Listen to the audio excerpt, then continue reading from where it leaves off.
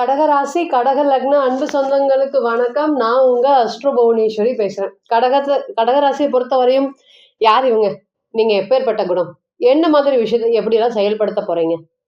இந்த பயிற்சினால குரு மற்றும் சனீஸ்வர பகவானுடைய பார்வையினால என்னென்ன மாற்றங்கள் நடக்கிறதுக்கு காத்துட்டு இருக்கு? ஃபர்ஸ்ட் நீங்க யாரு? இதெல்லாமே கண்டிப்பாக பார்க்கலாம். முதல்ல ஒண்ணு தெரிஞ்சுக்கோங்க. நம்ம ராசியை வச்சு சொல்லக்கூடிய அனைத்துமே பொதுவான பலன்கள் தான். அது அப்படியே பிறந்த கால ஜாதகத்துல கொண்டு போய் பொருத்தி பார்த்தீங்கன்னா, தவறு கண்டிப்பாக ஏற்படும். தனிப்பட்ட மனுஷனுக்கு தனிப்பட்ட ஜாதகம் மட்டுமே தான் பிரதிபலிக்கும். எல்லாரும் ஒரே ராசியில பிறந்தா இன்னைக்கு கடக ராசி நாடாளக்கூடிய யோகம் ஒருத்தருக்கு இருக்கு. அதே நாட்டுல கஷ்டப்படக்கூடிய ராசிக்கும் அதே யோகம் இருக்கு. என்ன இதுக்கு எல்லாத்துக்குமே வித்தியாசம் அப்படிங்கிறது பாவக பலன்கள் தான். பாவகம் இன்னைக்கு நடக்கக்கூடிய தசா புத்திகள் அப்படிங்கிற விஷயம் தான் இங்க மாறுபடுது அப்படிங்கிறது மறந்துடவே கூடாது. ஸோ தனிப்பட்ட ஜாதகத்துக்கு உண்டான பிரதிபலன்கள் மட்டுமே தான் 100% பொருந்தி வரும் அப்படிங்கிறதுல எந்த ஒரு மாற்று கருத்துமே இல்லை. கடக ராசி மற்றும் கடக லக்னம் தான் உண்டு தான் வேலை உண்டுன்னு இல்லாம தன்னுடைய குடும்பத்துக்கும் தன்னுடைய அக்கா தங்கச்சிகளுக்கும் அதிகபட்சமாக ஆதரவு கொடுக்கக்கூடிய கடக ராசி மற்றும் கடக லக்னம் அந்த குடும்பங்களாலேயே பாடுற வலியும் வேதனைகளும் வெளியே காட்டாமையே எல்லாத்தையும் தன்னுடைய மனசுக்குள்ள பூட்டி வைக்கக்கூடிய ராசி அப்படிங்கிறது கடகங்க. கடகத்தை பொறுத்தவரையும் சாஃப்ட், எல்லாத்துக்கும் சாப்பிட்டு எதையும் மறந்துடுவாங்க, எல்லாத்துக்கும் ஹெல்ப் பண்ணுவாங்க, என்ன வேணும்னாலும் அடுத்தவங்களுக்கு வந்து செஞ்சு கொடுத்துட்டே இருப்பாங்க. ஒரு சடை ஒரு விஷயத்த வந்து பார்த்தீங்கன்னா சடைஞ்சுக்கிட்டு செய்யறது இதெல்லாமே இருக்கவே இருக்காது. நீங்கள் எத்தனை தடவை திருப்பி திருப்பி அடிங்க கடகத்தை பொறுத்தவரையும் திருப்பி திருப்பி ஏமாத்துங்க, மறுபடியும் உங்ககிட்ட வந்து பேசுவாங்க. அந்த ஏமாத்துறத்தனத்தை எல்லாத்தையும் மறந்துடுவாங்க. நீங்கள் என்னதான் அவங்கள வந்து பார்த்தீங்கன்னா பிரச்சனை கொடுங்க, ஒரு 10 நாள் தான், 20 நாள் தான், மறுபடியும் 21 நாள் என்ன பண்ணுவாங்க? பரவாயில்ல நம்ம பையன் தானே, பரவாயில்ல நம்மளோட ஃப்ரெண்டு தானே அப்படிங்கிறதுல எல்லா விஷயம், இது ஒரு விஷயம் மட்டும் இல்லைங்க, எல்லா விஷயத்துலையும் மறந்துட்டு அடுத்த விஷயத்தை என்னன்னு பார்க்க போகக்கூடிய ரொம்ப யதார்த்த தன்மையுடைய கடகராசி மற்றும் கடகலக்னம் குழந்தைகள் மாதிரியான மனசுதான் கடகத்தை பொறுத்தவரையும். ஆனா இன்னைக்கு எப்படி இருக்கு? கடகராசியா கஷ்டப்படுற ராசியா 4 பேர் பேசுற மாதிரியான ஒரு சுச்சுவேஷன். ரெஸ்பான்சிபிலிட்டிஸ் அதிகம். சின்ன வயசுல இருந்து ரெஸ்பான்சிபிலிட்டியை தூக்கி சுமக்கக்கூடிய ஜாதகம் கடகம். ஆனா சிம்மத்துக்கு இணையான நிர்வாகத்திறன் அப்படிங்கிறது கடகத்துக்கு இருக்கு. ஆனா கடகம் யாருமே பெருசாவே பேச மாட்டாங்க. ராசி நல்லா வந்துட்டு இருக்கக்கூடிய ராசி எது அப்படின்னு கடகம் சூப்பர் சூப்பர் ராசிம்பாங்க. ஆனா யதார்த்த உண்மை எப்படி? இன்னைக்கு நீங்க கஷ்டப்பட்டுட்டு இருக்கீங்க, கஷ்டப்பட்டுட்டே இருக்கீங்க, கஷ்டப்படுவோமோ அப்படிங்கிற எண்ணங்கள் இருக்கு. எல்லாமே எதனால இந்த மாதிரி திறமை இருந்து நான் முன்னுக்கு வரவே இல்லை, நிறைய ஆப்பர்ச்சுனிட்டிஸ் வருது, என்னால் ஜெயிக்க முடியல, அக்கா தங்கச்சியை பார்க்கறக்கு ஓடுற அவங்களே என்னைய பெருசாக ரிவெஞ்ச் பண்ணுறாங்க, அடிக்கிறாங்க, இதுக்கு எல்லாத்துக்குமே போதும்னு ஆயிடுச்சு மேடம், எனக்கு எதுவுமே எந்த உறவும் வேண்டான்னு ஒதுங்கி இருந்தாலும் உனக்கு என்ன, நீ ரொம்ப பந்தா பண்ணுற, உன்னோட தேவையானதெல்லாம் இருக்குது, நீ சம்பாரிச்சிட்டே இருக்குது, அதனால தான் நீ இன்னைக்கு இந்த மாதிரியெல்லாம் பேசிகிட்டு இருக்கிற அப்படிங்கிற ஒரு விஷயம். இன்றைக்கெல்லாம் சுய சிந்தனை அப்படிங்கிறது கடகத்தை பொறுத்தவரைக்கும் இல்லவே இல்லை. இந்த சூதுவாது தெரியாதுங்க, யதார்த்தமா இருக்கக்கூடியவங்க. அப்ப யதார்த்தமா இருந்தா எப்படி வாழ்க்கையில முன்னுக்கு முடியுமா? பணத்தை சம்பாதிக்க முடியுமா? முடியவே முடியாது. நிறைய பாருங்க இன்னைக்கு திருப்பி திருப்பி திருப்பி எல்லாரும் கடகத்தை அடிச்சுட்டே இருக்காங்க. லட்சியத்துக்காக ஓடக்கூடிய கடகராசி, தாய் தந்தையை பேணி காக்கக்கூடிய கடகராசி, இலக்கு அதிகமாக வச்சிருக்கக்கூடிய கடகராசி. நான் இந்த மாதிரி வரணும், வாழ்க்கையில் எப்படிலாம் முன்னுக்கு வரணும் அப்படின்னு நினைக்கும் போதே உங்க முன்னாடி 3 பிரச்சனைகள் வந்து நிற்கும். அந்த 3 பிரச்சனைகளை பார்த்துட்டு உங்களோட லட்சியத்தையும் உங்களோட இலக்குகளையும் அடையாம போயிடுவீங்க. நல்லா பார்த்தீங்கன்னா இந்த இடத்துல இடம் வாங்கணும்னு நீங்க ஃபிக்ஸ் பண்ணியிருப்பீங்க, அதை விட்டுட்டு வேற ஏதாவது கமிட்மெண்ட்ஸ் போயிருவீங்க. இன்னைக்கு அதே இடத்துல உங்களால இடம் வாங்க முடியாது. நிறைய ஆப்பர்ச்சுனிட்டிஸ் வந்து வாழ்க்கையில தொடர்ந்து அதை வந்து தக்க வச்சுக்க முடியாம போராடுறதும் இங்க கடகம் தான். ஏன் இவ்வளவு நெகட்டிவ் இவ்வளவு பாசிட்டிவ் சொல்றோம் அப்படின்னா, நீங்க யதார்த்தம், அந்த யதார்த்தத்திலிருந்து வெளியே வரணும். அதற்கு கடவுளோடைய அனுகிரகம் இருக்கா அப்படின்னு கேட்டீங்கன்னா, கிரகங்களுடைய அனுகிரகம் இன்னைக்கு இல்ல. சனீஸ்வர பகவான்லாம் இன்னைக்கு வேலையில இருக்கிறதா வேண்டாமா, நான் தூக்கி விட்டவன், நான் பார்த்து சேர்த்தி விட்டவன், இன்னைக்கு என்னையவே என்ன வேலை செய்யறேன்னு கேட்குறாங்க மேடம் அப்படின்னு ரீசெண்ட் டைம்ல நான் பார்த்தக்கூடிய ஜாதகம் 2024 பார்த்தோம். 25 இந்த டைம் பீரியட்ல நீங்க ஆதரிச்சு நீங்க வேலைக்கு சேர்த்தி விட்டவங்க, இன்னைக்கு உங்களால ஒரு 10 பைசா சம்பாரிச்சுட்டு இருக்கிறவங்க இன்னைக்கு உங்களைய பெரிய ரிவெஞ்ச் பண்றதுக்கு காத்துட்டு இருக்காங்க அப்படிங்கறது கிளியர் கட்டாக இண்டிகேஷன் பண்ணணும். அவர் பண்ணும்போது சொன்னா ஆல்ரெடி ஆரம்பிச்சுட்டாங்க மேடம், என்னுடைய வேலை நான் பார்த்த வேலை நானே பார்த்து சேர்த்தி விட்டேன், பாவம் குடும்பம் கஷ்டப்படுதுன்னு சேர்த்தி விட்டேன், இன்னைக்கு என்னுடைய வேலைக்கு அடிக்கிறதுக்கு வந்துட்டாங்க, இதனால நான் இவங்க கிட்ட இருந்து என்னால இந்த அளவுக்கு வந்து என்னால ரிவெஞ்ச் ஃபேஸ் பண்ண முடியல, நான் விலகிலான் இருக்கேன், என்ன மேடம் பண்றது அப்படிங்கிற மாதிரி. ஏன்னா கடகத்தை பொறுத்தவரை ஃபைட் பண்ண தெரியாது, எல்லாத்தையும் யதார்த்தமா மனசுல வச்சிருவாங்க.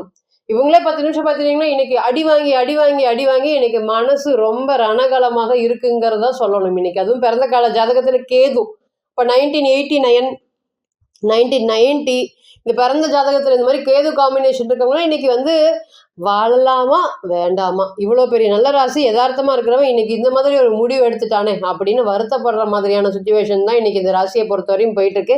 நம்ம அவர்கிட்ட கிளியர் கட்டாக சொன்ன இந்த காலங்கள் வரையும் வெயிட் பண்ணுங்க, நிறைய மாற்றங்கள் நடக்கிறதுக்கு வாய்ப்பு இருக்கு, அவசரப்பட்டு வேலையை விட்டுறாதீங்க. இது ஏன் அப்படி சொன்னா, அவங்களோட பிறந்த கால ஜாதகம் அந்த அன்னைக்கு அவ்வளோ பலகீனமா இருந்தது. அவர் கிட்டத்தட்ட இன்னைக்கு நைட்டு போய் நான் சொல்லலான் இருக்கேன், மேடம் நீங்க என்ன சொல்றீங்க அப்படிங்க, நீங்க சொன்னது நடந்துருச்சு, நான் அதே ஆமாம் எஸ் நான் வேலை சார்ந்த விஷயத்தில் கடுமையாக பாதிப்பு அடைஞ்சிருக்கேன், ஆமாம் நான் சேர்த்து விட்டவங்கனால தான் எனக்கு பாதிப்பு, நான் இன்னைக்கு போய் வரலன்னு சொல்லலான் இருக்கேன். சொல்ல வேண்டாம், வெயிட் பண்ணுங்க. எந்த காலங்கள் வரையும் அவருக்கு நம்ம குறிப்பிட்ட காலங்கள் சொல்லியிருந்தோம், அந்த காலங்கள் வரையுமே அவர்னால டெய்லியுமே அவரால் மன உளைச்சல் இருக்கு. நான் சொன்னேன் இந்த காலங்கள் வரையுமே நீங்கள் எனக்கு திருப்பி திருப்பி ஃபோன் பண்ணிகிட்டே இருப்பீங்க, உங்களால் சமாளிக்க முடியாது, ஆனாலும் சமாளித்து பழகிக்கோங்க, பழகுனா மட்டும்தான் நீங்கள் இந்த இடத்துல சர்வை பண்ண முடியுங்கிறத தெளிவாக சொல்லியிருந்தோம். அதே மாதிரி அவருக்கு நிறைய மன உளைச்சல், நிறைய கஷ்டமான காலங்கள், இருக்க முடியாம லீவ் அப்படிங்கிறதெல்லாம் நிறைய இருந்தது. கரெக்டாக நம்ம சொல்லக்கூடிய காலங்கள் முடிஞ்சதுக்கு அப்புறம் ஆட்டோமேட்டிக்காக இவருக்கு பிரச்சனை கொடுத்த நபர்கள்லாம் இவரை விட்டு இப்படியே படிப்படியா விலகி போய் இன்னைக்கு எந்த வேலை வேண்டான்னு எழுதி கொடுக்கலான்ட்டு இருந்தாரோ அந்த வேலையில அவர் பெரிய பொறுப்புல உட்கார்ந்துட்டு இருக்காரு. அப்ப இதுக்கு எல்லாத்துக்கும் என்ன காரணம் அப்படின்னு கேட்டீங்கன்னா, தனிப்பட்ட ஜாதகம் தான். ஒரு விஷயம் ஒன்று நடக்கிறதுக்கு காத்துட்டு இருக்கு, அது எந்த அளவுக்கு நமக்கு ப்ராப்ளத்தை கொடுக்க போகுது, எந்த அளவுக்கு பாசிட்டிவ் எந்த அளவுக்கு நெகட்டிவ், அதை நம்ம சமாளிக்கக்கூடிய தசாபுத்திகள் அவர் கிட்டத்தட்ட வந்து தசாபுத்திகள் ரொம்ப ஷார்ட் டைமா இருந்தது. அப்போ அவர் வந்து ஷார்ட் டைம் சமாளிச்சா போதும் அந்த பிரச்சனையை அப்படிங்கிற மாதிரி. அப்போ தனிப்பட்ட ஜாதகம் மட்டுமே தான் ஒரு விஷயத்த சொல்லும் அப்படிங்கிற மறந்துடவே கூடாது. இந்த குரு பார்வையில் ரொம்ப ராசிக்கு அப்புறம் வந்து பார்த்தீங்கன்னா ரொம்ப நாட்கள் கழிச்சு கடகத்துக்கு வந்து குரு உச்சமாகி சனீஸ்வர பகவானுடைய பார்வைகள் எப்படி இருக்க போகுது, சுயநலமாக சிந்திக்கலாமா இனிமேல் தனித்துவமாக இருக்கலாமான்னு யோசிச்சுட்டு இருந்த கடகத்துக்கு இனி நிறைய மாற்றங்கள் வர்றதுக்கு காத்துட்டு இருக்குங்க. உங்களை வேண்டான்னு எட்டி உதைச்சவங்க, அரவணைப்பு இல்லாம தள்ளி விட்டவங்க, இவங்க எல்லாருமே உங்க காலு கீழே வந்து இனி விழுகக்கூடிய காலங்கள் வரும். இத்தனை நாளா நான் இதுக்கு தான் வெயிட் பண்ணிட்டு இருந்தேன் அப்படின்னு சொல்ற மாதிரியான நல்ல பலன்கள் நடக்க போகுது. ஜென்ம குருவை பார்த்து பயப்பட தேவையில்லை. இத்தனை நாளா குரு 12ல இருக்கும் போதே உங்களை காப்பாத்திட்டாரு. இன்னைக்கு ராசியில வரதுனால ஒன்றும் பெரிய அளவுக்கு நெகட்டிவ் அப்படிங்கிறது கொடுக்க மாட்டாரு. குரு பார்வையில சனீஸ்வர பகவான் பயணிக்கிறதுனால நிறைய ஒரு மாற்றங்கள் வர்றதுக்கு காத்துட்டு. ஃபர்ஸ்ட் மாற்றம் அப்படிங்கிறது மேரேஜ் லைஃப் தான். எனக்கு என்ன பண்ணுனா சரியாகும் மேடம் இந்த மேரேஜ் லைஃப் அப்படின்னு கேட்கக்கூடிய நபர்களுக்கு என்ன சொன்னாலும் என்னுடைய வைஃப், இந்த கடகத்தை பொறுத்தவரை ஆப்போசிட் மனைவி, நீங்கள் சாப்பிட்டு அவங்க ரொம்ப அக்ரெசிவ், நீங்கள் என்ன சொன்னாலும் எல்லார்கிட்டையும் கை கட்டிட்டு போவீங்க, அவங்க எதிர்த்து பேசுவாங்க, அவங்களாலேயே நீங்கள் வாழ்க்கையில் பல விஷயங்கள் மாற்றங்கள் நடக்கும்னு நினச்சி கல்யாணம் பண்ண விஷயங்கள்லாம் இன்னைக்கு ஏனோ தானோ குடும்பத்தில் பல பேரோடைய தலையீடோட போயிட்டு இருக்கு. அந்த பிரச்சனைகள்லாம் இனி மாறப்போகுது. நிறைய காதல் சம்மந்தப்பட்ட விஷயங்கள் எல்லாமே இன்னைக்கு தத்தளிச்சுட்டு இருக்கு, தடுமாறிட்டு இருக்கு. எனக்கு கல்யாணம் பண்ணிக்குவாங்களா, கல்யாணம் பண்ணவே மாட்டாங்களா, நான் ரொம்ப சாஃப்டா இருக்கேன் மேடம், எனக்கு ஏமாற்றம் இல்லாமல் பண்ணிட்டு இருக்காங்க, இது எல்லாமே என்ன மாறுதலுக்கு நடக்க போகுது. நிறைய ரீசெண்ட் டைம்ல பார்த்த ஜாதகங்கள் எல்லாமே திருமணம் வந்து பார்த்து பேசி ஓகே ஆகி நீ தான் பொண்ணு நான் தான் மாப்பிள்ளை அப்படின்னு ஃபிக்ஸ் பண்ற நேரமெல்லாம் திருமணம் நின்றுச்சு. எனக்கு அந்த பொண்ணே வேணும், அந்த பையனே வேணும். ஜாதகத்தை வாங்கி பார்த்தா சந்திரன் மேல ராகு காம்பினேஷன். அப்போ இதுல இருந்து நீங்க கல்யாணம் பண்ணி தரலினாலுமே இந்த பந்தம், இந்த பாசம், இந்த பொண்ணு, இந்த பையனை இவ்வளவு நாள் நினைச்சிட்டே இருக்கும். மாற்றங்கள் வரவே வராது அப்படிங்கிற சொல்லவே முடியாது. சந்திரன் மேல ராகு காம்பினேஷன் இருக்கும்போது நினைப்பிட்டே நம்மளை வந்து பாத்தீங்கன்னா பழி வாங்கிடும். அப்ப எப்பெல்லாம் நமக்கு ராகு சம்மந்தப்படுதோ அன்னைக்கெல்லாம் அந்த திருமண வாழ்க்கையை விட்டுட்டு நம்ம வெளியே ஓடிடலாமா அப்படிங்கிற எண்ணங்களை தோன்றும்.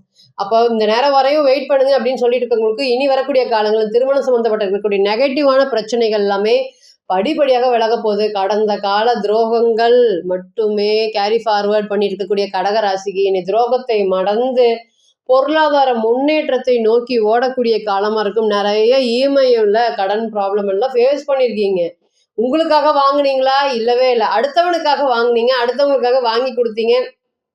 ஒரு நாளாவது நான் நிம்மதியாக தூங்கணுங்கிற வார்த்தைகள் தான் இன்னைக்கு கடகத்தை பொறுத்தவரையும் போயிட்டு இருக்கு. இனி அந்த மாற்றங்கள்லாம் படிப்படியாக முன்னுக்கு வரக்கூடிய காலமாக கண்டிப்பாக இருக்கும்.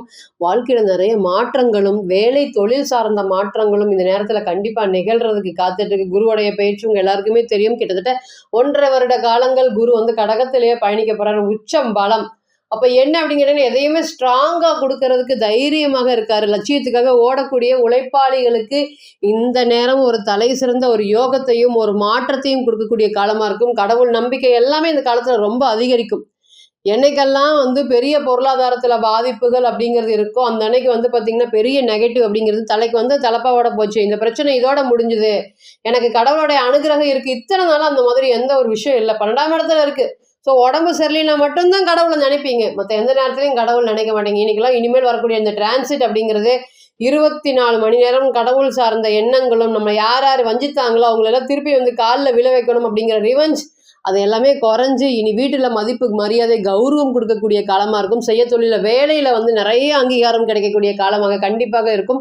நிறைய வாழ்க்கையில் மாற்றங்கள் என்னைக்கெல்லாம் சனியோடைய டிரான்சிட் கோச்சாரத்தில் சனீஸ்வர பகவானும் சரி, குரு பகவானும் சரி, ராகு பகவானும் சரி, கேது பகவானும் சரி, இவங்க 4 பேர் தான் மெயினான பிளானட். ஏன்னா இவங்களுடைய தசா புத்திகளோட கூடிய கோச்சாரம் அப்படியே ஒரு இடத்துல வந்து பாடாப்படுத்திடும், ஒரு இடத்துல டக்குன்னு டாப்ல தூக்கி விட்டுரும். இந்த மாதிரி 2 விஷயங்கள் பெரிய வாழ்க்கையில ஏற்றத்தையும் இறக்கத்தையும் வச்சிருக்கிறது இந்த வருட கிரகங்களுடைய கோச்சாரம். இந்த கடகராசி பொறுத்தவரை நல்ல ஒரு யோகமான இடத்துல இருக்கிறதுனால எந்த ஒரு நெகட்டிவும் இனி வரக்கூடிய காலங்களுக்கு உங்களுக்கு இருக்கவே இருக்காது அப்படிங்கிறது நிதர்சனமான உண்மை. இருந்தாலும் பிறந்த கால ஜாதகம் இப்ப அங்க எந்த கிரகமும் இல்லை. இன்னைக்கு குரு பார்த்துச்சுன்னா குரு நன்மை, சனி இருந்து நீசமாய் பார்த்தாருன்னா அது வந்து நெகட்டிவ். இந்த மாதிரி பிறந்த கால ஜாதகத்துல 90ஸ்ல வந்து பாத்தீங்கன்னா 89 90ஸ்ல கேது அங்க இருக்கு.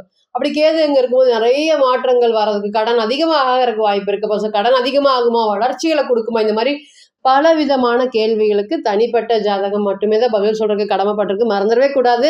தனிப்பட்ட ஜாதகத்தை நீங்க ஆலோசனை பண்ண விருப்பப்பட்டீங்கன்னா கீழே இருக்கக்கூடிய நம்பருக்கு கான்டாக்ட் பண்ணுங்க.